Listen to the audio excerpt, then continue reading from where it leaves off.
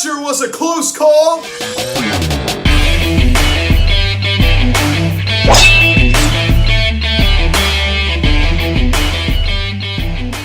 What's going on, everybody? Welcome to the Phillies Hot Stove Videocast. Here we recap the last night's game between the Philadelphia Phillies and the Atlanta Braves. As the Phillies defeat the Braves by a final score of 7-6 as they barely hang on in this one. I mean, why oh my? In the top of the ninth inning, a play that this was so close. I do have an official safer outrolling, but I'm going to give my opinion when we get to that, so hang on for that part of the video. And I guess before we get this video, please subscribe if you have not yet. Please turn on the notification bell. Please like this video, comment on this video, share this video, and let's get into this. So the Phillies hang on to win the final game of the series against the Atlanta Braves as they avoid the sweep. I apologize for getting this video out so late, right? Priorities, right? I mean, I gotta go to school, right? I can't just not go to school. I'm gonna get the video out when I can, right? So here it is in the afternoon. Man, oh man, this toboggan did not start off too well. Matt Moore on the mound going against former Philadelphia Philly Drew Smyly, right? Remember back in 2019? Not the best, right? He's compared to Cliff Lee. A lot of comparisons to Cliff Lee. He was not very Cliff Lee-like last night, though, right? He was not very Cliff Lee-like. But I tell you what, I mean, the Phillies really did a good job last night coming from behind, and I had a bad feeling going in, right? I mean, not even to mention, the way the bottom of the first inning went for the Braves, but just going in, I had a bad feeling, and my bad feelings actually came to reality a little bit in the bottom of the first inning. Well, first of all, Ronald Acuna Jr., I don't know how in the world he did it. It's a routine ground ball into the shift, and, Didi Gregorius, routine ground ball, right? Didi Gregorius, throws the first, not in time. Ronald Acuna Jr. beats it out. He beats out the throw. How in the world was he able to beat out a routine ground ball like that? I do not know. But man, oh man, he's got the complete package, right? He hit for power, he hit for contact. He's a very good player. There's no question about that. So he's showing off the speed there. Ozzie Albies comes up and he goes the other way as he homers on a fly ball to right center field, a 2-run shot that also scores Acuna Jr. And the Braves now take a 2-0 lead. So not a good start. He's going the other way against Matt Moore. And that was like at the very beginning of the ballgame. There ain't any pitcher thrown. I mean, I had to be in like the fourth, fifth pitch. I mean, already down 2-0. So man, oh man, you saw I put on my story. I'm like, not a very good start to the ballgame. I'm not gonna say I thought it was over, but it just felt like a loss, like a Jack Fritz tweet. Like it just felt like a loss from the very beginning. Then Dansby Swanson singles on a line drive to center field. Travis d'Arnaud scores, who's going to play a pivotal role in the top of the ninth inning. And the Braves now take a 3-0 lead. So they extend their lead. Not looking good early. I did not like the way that we were playing early in this ball game. I tell you what, he was just not locating his pitches well. You saw they were working the count too. So I just do not really care for Matt Moore. There's no question about that. I think I made my feelings known. I'm not a big Matt Moore fan, but who else are you going to throw out there? That was the saying I used in 2019. Who else are you going to throw out there? Hopefully we can get somebody at the deadline to, hopefully bolster his rotation even more. I mean, this rotation's good. Down, towards, Anderson, Moore, it's just not strong at all. Not strong at all. It's just not. Then at the top of the second inning, we get one right back. It's JT Realmuto with a leadoff double over Austin Riley's head. You love to see that. The BCIB. I mean, and then he steals third, ladies and gentlemen. JT Realmuto steals third base. When do you ever see that? A catcher with that kind of speed, and he steals third base. I mean, he's a very fast player, but it just goes to show you why he is the BCIB. Do you see Yasmani Grandal doing that kind of stuff? No, you do not. These people that focus way too much on these metrics, right? This is why JT Realmuto is the best catcher in baseball. He's the BCIB. There's no debate. I don't even want to hear a debate. And he's able to score as Gene Segura hits a sacrifice fly to center field, and BCIB trots home to get the Phillies on the board now. A 3-1 ball game. Great job there. I just love his athleticism. It's just truly amazing to watch. JT Realmuto is he's just such a fun player to watch. Then at the top of the fourth inning, you got another one back. Is the big fella Rhys Hoskins. He's been kind of cold in this series. And breaking out a little bit, Rhys Hoskins homers on a fly ball to left center field, his second of the season. You saw it, his first one of the season, to right field at Citizens Bank Park against the New York Mets, that finale game where we won. I believe that was like an 8-2 win there. And it's now a 3-2 ball game. So Rhys Hoskins doing his job. You love to see that coming up big like that. And that ball was crushed too. He got pretty good wood on that. And then the same inning, Didi Gregorius, less in DD. He is doing his job. And he hits a line drive to right field. He goes over the wall. A 3-run shot that also scores Bohm and Segura. And the Phillies now take a 5-3 lead. I was pumped. I was so excited. I mean, let's go, ladies and gentlemen. Sir Didi doing his job. I just love Sir Didi. I mean, this guy has been great this year. He was great last year. I know he's striking out a little bit more than he was last year, but I understand his defense is a little bit slouchy. But you know what? he did his job well. I mean, this guy's a great offensive player. You cannot take it away from him. I was at the game where he hit his first home run of the season, so great job by Didi Gregorius. I just love this man. I mean, he's just so fun to root for. Didi Gregorius is awesome, man. He gives the Phillies a 5-3 lead. He was pumped. He was excited. I think everybody was. I mean, right? Anybody in Philly, for that matter. ESPN last night. It just like, it felt like I was watching the Braves games, as someone said. I felt like I was watching on the Braves coverage. I mean, they talk a little bit about the Phillies, but do not typically enjoy those national televised games. There's no question about that. And the Braves coming back right in the bottom of the fourth inning as Ronald Acuna Jr. hits his sacrifice fly to right field. Christian Pache scores, and it's now a 5-4 ball game. Ronald Acuna Jr. definitely killed the Phillies in the series. There's no question about that. I got a hit like 75% of the time he was up at bat against us. It's just like, oh my goodness gracious. So then about the fifth inning, the 2020 MVP Freddie Freeman does it yet again as he homers for the third straight game in this series. As he homers on a fly ball to right center field, and it was his fourth home run of the season, and the Braves now tie it at 5. So, oh my goodness gracious, it's just like, I'm so like, I mean, I understand that, you know, we were having a little injuries. Archie Bradley went down, right, and you saw he went on a 10-day IL. We called back up JoJo, which is great to see. You know, sad to see Archie go down that 10-day IL. Not the best start to his career in Philly. That was off of Matt Moore.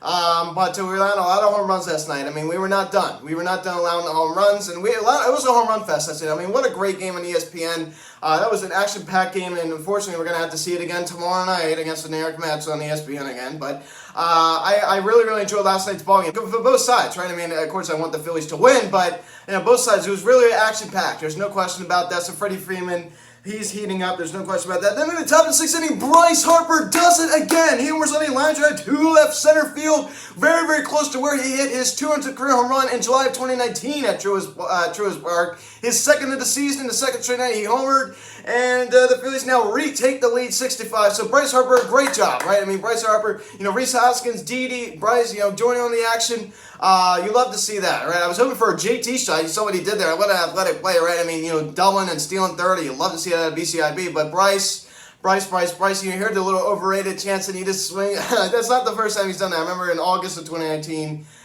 Oracle Park. It was then, I think it was AT&T Park back then. Or maybe it wasn't. Channing overrated, then he hits home runs. So that's not the first time he's done that. I think he did that in his time at Washington, April of 2018, at Great American Ballpark, Cincinnati. Opening day, I believe it was around opening day, hits home run. That was his time with the Washington Nationals, but he still did it in his career.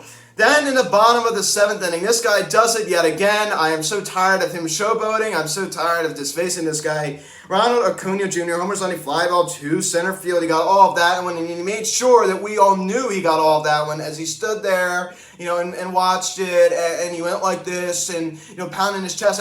Every time, someone said on Facebook, I saw, I think it was early this morning. Every single time, I felt like Ronald Acuna Jr. got a hit. It seemed like they won the 7th game of the World Series. It's just like, even when he beat out that ground ball, he's going like this. It's just like, calm down. Calm down. And I'm not calling for him to be, you know, don't throw up and in, but I think the Phillies really need to pitch inside to him next time because, like, send a message. Like, that's not going to be tolerated. Don't show up our players. Don't go like this. And A-Rod was just, like, totally in love with that. He's like, oh, this is great for the game, you know, showing emotion.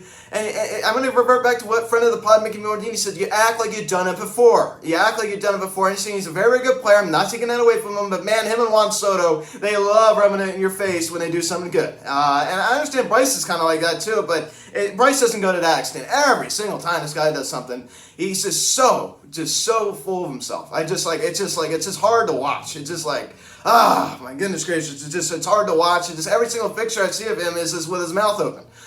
So he's always just doing something. He always wants us to know what good he did, right? Not taking the way he's a very good baseball player away from him. I am not, because he's truly fantastic. He's better than Bryce Harper. He's putting up better numbers than Harper. To say that Harper's never had a season as good as Acuna Jr., that's a different story. But as of right now, Acuna Jr. definitely putting up the better numbers. But I do not like that at all. So the Rays tied at 6, nevertheless. Then in the top of that thing. So I think this is what everybody clicked in this video for, to hear my opinion on this really controversial play. And Marcell Ozuna, not the best defender. He's not at all, actually. He's not a very good defender at all. I think Dusty Wathan made the right call by sending Alec Bohm there. I definitely think he did. I mean, you got to do it, right? You got to do what you got to do. Didi Gregorius up. He's in a 2-strike count. It's a very, very, it was a towering fly ball to left field. Pretty shallow. Marcell Ozuna makes the catch, and we are sending Alec Bohm from third The throw arrives in time, and Travis d'Arnaud, what a great job by Travis d'Arnaud to block the plate and have his leg sticking out to try to block. And that's pretty much why, what happened, right? That's what made the play so close. And Alec Boehm's foot barely hovers above the plate, and you could see dirt kick up, and there was no clear view that he touched the plate. And he was called safe, and they went to go challenge it. And the official rulebook states, ladies and gentlemen, that if there's no clear evidence, you could speculate that he's out. If there's no clear evidence, the call cannot be overturned. So if there's no smoking gun, there's no clear evidence, ladies and gentlemen, that this call could be overturned. That's what the official rulebook says. The call must stand. The call must stand. And the call stood because there was no clear angle. You saw the other angle where d'Arnaud was blocking the view, so you couldn't see it. And then another angle showed the umpire, and he was blocking the view, so you couldn't see that. And then this other angle showed dirt kicking up, so you couldn't see that. So there was no clear angle to show if he was safe or out. But in my opinion, I think he was out, and the Phillies had a huge break there. And usually the Philly teams are the ones getting, getting the worst of the advantage, right, when it comes to close calls, right? When you look at the Eagles, the Sixers, Flyers, they're usually the ones on the back end of that. But this time, we got the benefit of the call. I think he was out. And in my opinion, there was no clear. If he would have been called out, they definitely couldn't have overturned it. That's why. He was originally called safe because the umpire definitely messed up on that call because it was a really, really close call. There's no question about it. The reason why it wasn't overturned because of what the rulebook said. There was no clear angle. There was no smoking gun evidence to overturn it. So if you all are wondering why that call was not overturned, that is why. Because the official rulebook says there's no clear angle. No smoking gun. It doesn't. The official rule doesn't say smoking gun. I'm just saying that. If there's no, I'm just stating, what the rule says. If it says, no smoking gun, then you can't change it, right? It cannot be overturned. I think he was out. He didn't touch home plate. He didn't. And his foot, you saw it hovered above home plate. I think at the very end, after he already passed home plate, you saw that. I think that's why the dirt kicked up. And again, great job by Travis d'Arnaud to block home plate like that. He could do it. He's got the ball. He's in possession of the ball. You can't block it if you don't have possession of the ball, but he had possession of the ball at the time. So he stuck his leg out there to try to keep him in. And I tell you what, he did a great job there. It's a very good play by a very, very good catcher, Travis d'Arnaud. That was a close call. I think he was out. He did not touch home plate. His foot hovered above the plate. I just don't think he was. I don't think he was safe. And I understand he was called safe, but they couldn't overturn it because there was no clear evidence. That's what the official said. They were just following the rules. So he was ruled safe, and the Phillies get a huge break there. This is a series win. The Phillies win 7-6, and a lot of people are going to be like, well, they only won because of a close call. But you know what? A win is a win. Nice to see Bryson Reese homer. JT with that great athletic play, doubling and stealing third. You love to see that. Gene getting the knock, Alec Boehm getting 2 knocks, and scoring that go-ahead run to eventually win us the game. And man, that was close. And Didi Gregorius a 4 RBI night. So great job at his offense last night in Sunday Night Baseball. Great job. You love to see that. Matt Moore, 5 innings, 9 hits, 5 runs, all 5 were earned. 5 strikeouts and 2 home runs allowed. That's not very good. Just expect out of your 4-star. This guy's just not that good anymore. He's a former All-Star. That's why it says former All-Star. Was not locating his pitches too well. It's just I'm just not the biggest Matt Moore guy. I'm just not. Brogdon, another great inning. This guy's just been unbelievable. Sam Coonrad finally allows his first run of the season. It couldn't last forever. Jose Alvarado, he was all right. I'm still kind of annoyed about that play he made the other night. Hector Neris comes in, gets a save, his second of the season. As the Phillies win 7-6. Thank you guys so much for watching this video. Please subscribe if you have not yet. Please hit the notification bell. Please like this video, comment on this video, share this video. Check out the social media link in the description section at Phillies House, Instagram, TikTok, Fanatics, Instagram. Call or text 267-225-3392. Email me, phillieshouse@gmail.com. Guys, thanks so much for watching. A big 4-game set tonight in Queens. 7:10 first pitch. Jason Anderson going against David Peterson. Anderson, he's all right. I witnessed his last start. He only went around 5 innings, but we got to win. We got to at least split the series. There's no question about that. So the Phillies catch a break. As I said before, I apologize for getting this video out so late, but I will see you again tomorrow, probably late morning, because I got to school around 11:30. So guys, thanks so much for watching. I'm Luke, and I'll talk to you later. Let's go Phillies. I'll see you.